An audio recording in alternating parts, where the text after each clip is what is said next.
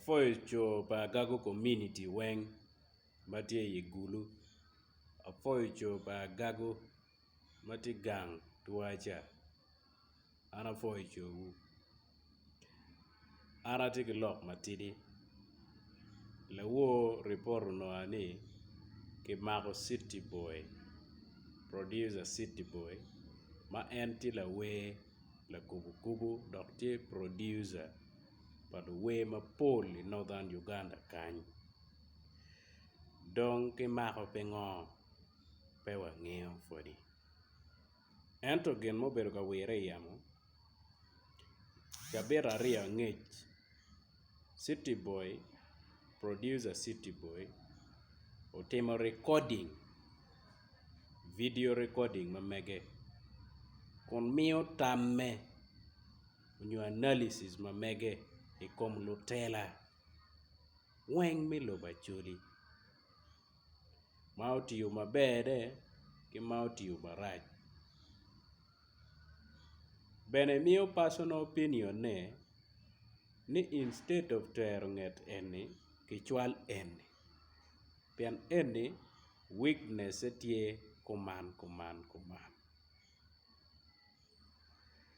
Dong pe angeo, ngo ki kome ma otime, ikin gen City Boy ki MP mi Agago North. Honorable Amos Kot John. Gen ma otime, chawa ngwen mi odiko, aye ki mako aye City Boy. Wan machalo community mi Agago matie di Igulu, onyo youth. Wabi gware wabi chero kaneno City Boy to find out ngo ki kome marach ma otime. Ka ineno bedo ni lok ma City Boy ulok iwi yamo ni. Ena ye Honorable Amos umake ye City Boy. Chia neno ni kakenyu pe opore. Pien City Boy loko ikom lutele ni weng. Kidong la penya no tieni tuwero pala bol kui dong tikwene. Pien machalo la bol kui, you are entitled me lok ikom gin maraj mati atime. The district ma megi in your constituency ma megi. Now, kadong wa lok man ni gine ni piti atime kany, gine piti atime kany, ngati mier peke duoke, do mako dano iye. Si dong no dong wati chero kwene. Wati chero kwene. I heard this thing from Agago, by the way. I was a victim at one point. Presenter mo pabi wajenye. Ugoy chim personally wa bot an. Ni gen machalo dul money. Nen chalo giti radio mo. Ya Agago kunu. Ni gen machalo dul enu ni gen dong i owning duan a nyomi kas. Kauti TikTok unge a nyomi kas. Kauti Agago kuja unge a nyomi kas.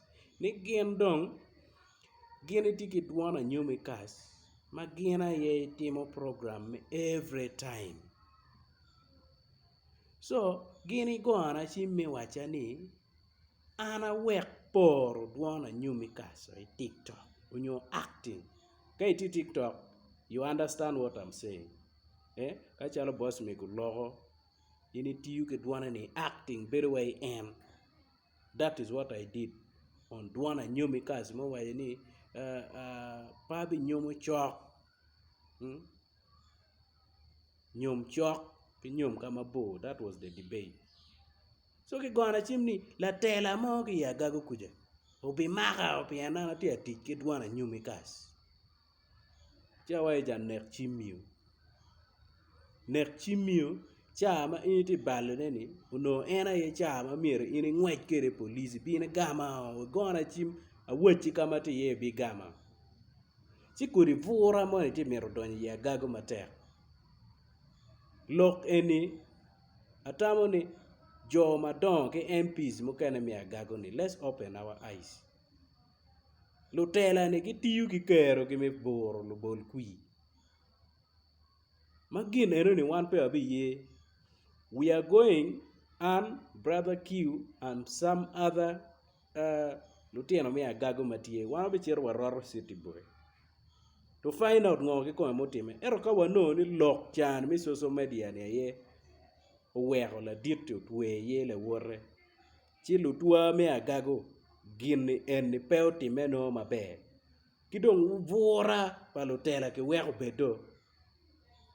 Iromo bedi tiki chente, tiki office. Pe vo lutino pa lo wedi wa vura. We have decision. We have opinion. To talk. We have the right. There is freedom of speech in Uganda. Kono ni kay lok dong mak no Bobby Wine ke maka wadi. No honorable boss me your team ke maka wadi. And that lok machalo an Latien me agago, my personal opinion. Chal Latien me agago. So wanna be Roro City Boy, and we see exactly ngogi kon motime. And for your members.